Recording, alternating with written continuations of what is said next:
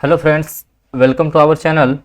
दोस्तों, आज से जो अपनी है शैक्षिक परिदृश्य की आपकी वन लाइनर क्लास रहेगी, जिसमें अपन एक एक टॉपिक को डेली क्लास में डिस्कस करेंगे। बहुत ही आपका छोटा वीडियो रहेगा, जिसमें अपन आपके 8 से 10 मिनट में डेली एक एक टॉपिक आपका यहाँ से मैं कवर करवाने वाला हूँ। देखिएगा, आज जो है वो SIQE अपन ने ली है। भाई, राजस्थान का जो शैक्षिक परिदृश्य नया जोड़ा गया है, तो उसको अपन यहाँ क्लासेज में देखेंगे। आपका रिवीजन यहाँ से हो जाएगा। देखो, SIQE आज कंप्लीट कर लेंगे। आज के बाद SIQE में आपको किसी भी प्रकार की दिक्कत नहीं होगी। तो देखिएगा, सबसे पहले क्या क्या आपको याद करना है, क्योंकि फालतू का मैटर आपको नहीं पढ़ना है। जो याद करने योग्य बातें हैं उनको देख लेना एक बार। देखो, SIQE की जो फुल फॉर्म होती है वो होती है state initiative for quality education.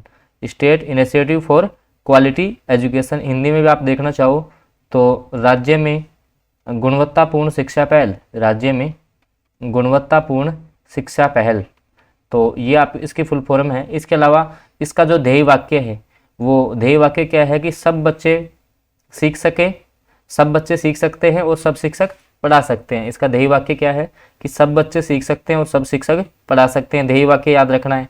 फिर शुरुआत कब हुई, तो मई, सबसे पहले इसकी शुरुआत हुई मई 2010 के अंतर्गत। कब शुरुआत हुई? मई 2010 में इसकी शुरुआत हुई। फिर सत्र 2010-11 से, या तो जैसे मई 2010 बोल दो या सत्र 2011, 10-11 का सेशन हो जाएगा। जयपुर की तो 20 स्कूलों में इसको लागू किया गया और अलवर की 40 स्कूलों में। इस प्रकार से टोटल जो है इसको 60 स्कूलों में आपके जो SIQE है इस कार्यक्रम को लागू किया गया। और संपूर्ण राज्य में जो है वो 2015-16 में लागू हुआ ये। हालांकि इसकी जो मैं ऑफिशियल जानकारी वो भी आपको दिखाने वाला हूँ कि कब से क्या लागू हुआ था, क्या था। ठीक है, आगे आ जाओ। तो यहाँ से ये बातें आपको याद रख लेनी है। ठीक है, फुल फॉर्म, ध्येय वाक्य, कब लागू हुआ, संपूर्ण राज्य में कब लागू हुआ, यहाँ से बस इतनी सी बातें आपको ध्यान रखनी है। आगे देखो, अब जैसे आगे चलोगे, अब यहाँ से लगभग इस पेज से आपके क्वेश्चन का आना तय है। ध्यान रखना, लगभग जो आपको क्वेश्चन है, आपका जो क्वेश्चन है वो आपको लगभग इस पेज से मिल जाएगा। अब इसमें क्या पूछेगा, क्लास 1 से 5 तक ये लागू है, क्लास 1 से 5 तक के लिए लागू है। और अब सीधा क्वेश्चन पूछता है कि SIQE का जो अकादमिक कार्य है वो किसके द्वारा किया जाता है, तो RSCERT उदयपुर के द्वारा तो इसका अकादमिक कार्य किया जाता है। सीधा पूछेगा, पीछे क्वेश्चन आया हुआ है ये कि SIQE का अकादमिक कार्य किसके द्वारा संपन्न होता है। ठीक है, वहाँ अब आपको ऑप्शन दे देगा। और तकनीकी समर्थन किसके द्वारा दिया जाता है, तो यूनिसेफ और जो बौद्ध शिक्षा समिति है ना, वो इसको तकनीकी समर्थन प्रदान करते हैं। तो तकनीकी समर्थन किसके द्वारा दिया जाता है, आपके यूनिसेफ और वो बौद्ध शिक्षा समिति के द्वारा। ठीक है, फिर आपको याद रखना है परियोजना का संचालन किसके द्वारा किया जाता है, तो निदेशालय जो माध्यमिक शिक्षा बीकानेर है उसके द्वारा इसकी परियोजना का संचालन किया जाता है। फिर शैक्षिक समर्थन और प्रशिक्षण और कार्यक्रम की अगर रूपरेखा अपन को तय करनी है तो वो तय कौन करेगा, तो राजस्थान स्कूल शिक्षा जो परिषद है, कहाँ पर आपका, जयपुर में है, उसके द्वारा ये किया जाता है। तो यहाँ से सीधा क्वेश्चन आएगा, ध्यान रखना। अकादमिक कार्य कौन करता है, RSCERT उदयपुर। तकनीकी समर्थन कौन प्रदान करता है, यूनिसेफ और बौद्ध शिक्षा समिति। परियोजना का संचालन कौन करता है, माध्यमिक शिक्षा निदेशालय। और शैक्षिक समर्थन और प्रशिक्षण कौन प्रदान करता है, भाई उसकी रूपरेखा कौन तय करेगा, तो राजस्थान स्कूल शिक्षा परिषद जयपुर। ये आपको याद रख लेना है।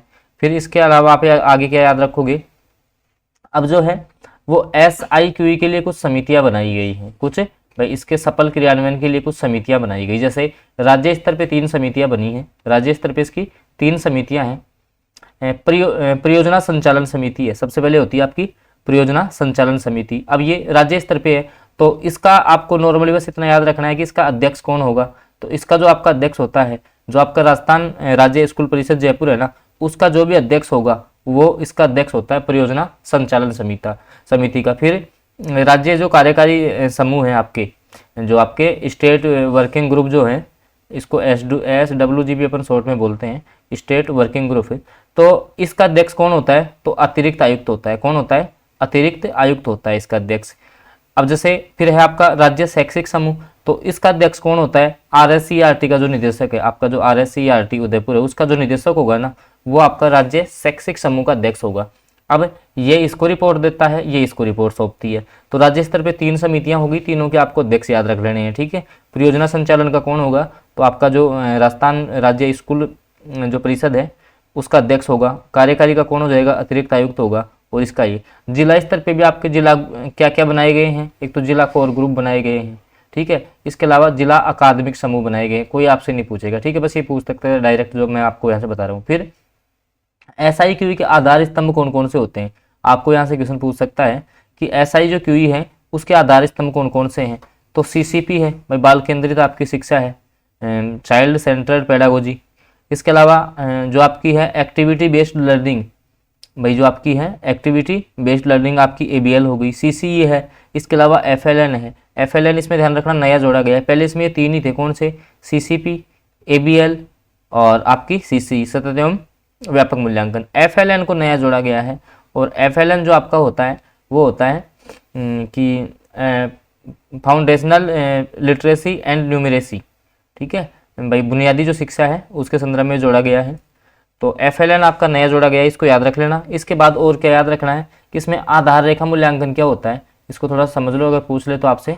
आधार रेखा मूल्यांकन ये होता है कि बच्चों को उनके स्तर के अनुसार, जैसे कमज़ोर जो बच्चे हैं उनको एक ग्रुप बना दिया क्लास में, जो आपके इंटेलिजेंट जो बच्चे हैं उनका एक ग्रुप बना दिया, तो इस प्रकार से आधार रेखा मूल्यांकन किया जाता है। तो ये आपकी SIQ की जानकारी थी। आई होप फ्रेंड्स जानकारी आपको बहुत अच्छी लगी होगी। अब मैं इसके ऑफिशियल साइट पे ले जाके आपको एक बार दिखा देता हूँ, वहाँ से आप भी इसको पढ़ सकते हो। अगर वैसे आपको जो इस क्लास में बताया जा रहा है ना, केवल आप तो ये देख के चले जाना, एक सिंगल क्वेश्चन, पीछे कोई भी क्वेश्चन उठा के देख लेना। जो मैंने आपको 2-3 पेज में बताया है ना, वहाँ से बाहर आपको एक क्वेश्चन भी नहीं मिलेगा, ठीक है। अब देखो मैं इसकी जो ऑफिशियल जानकारी है वहाँ तक आपको लेके जाता हूँ। देखो ये आपका नोटिस है, यहाँ से देख सकते हो।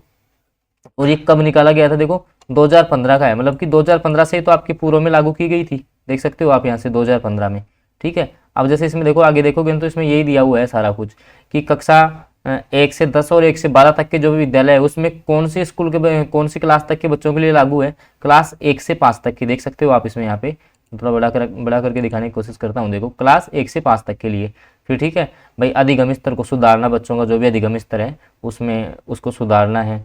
इसके अलावा ध्यान रखना ये जो है वो आपकी CCE जो थी ना उसका ही सुधरा हुआ रूप है आपका SIQ ही, तो इसमें कंफ्यूज नहीं होना है क्या है। फिर देखो परियोजना का संचालन मैंने आपको बताया, ठीक है भाई, ये कमेटी राज्य स्तर पे इसका गठन किया जाएगा। फिर राज्य आपके कार्यकारी समूह आएंगे, इसके अलावा आपका शैक्षिक समूह आ जाएगा। तो ये सारे कुछ दिए हुए हैं। फिर जैसे परियोजना का जो क्रियान्वयन है वो किसके द्वारा किया जाएगा, भाई परियोजना का जो संचालन है मैंने आपको बता दिया, निदेशालय माध्यमिक शिक्षा बीकानेर के द्वारा किया जाएगा। इसके अलावा इसकी रूपरेखा कार्यक्रम की कौन तय करता है, आपका राजस्थान माध्यमिक शिक्षा परिषद जो जयपुर है उसके द्वारा किया जाता है।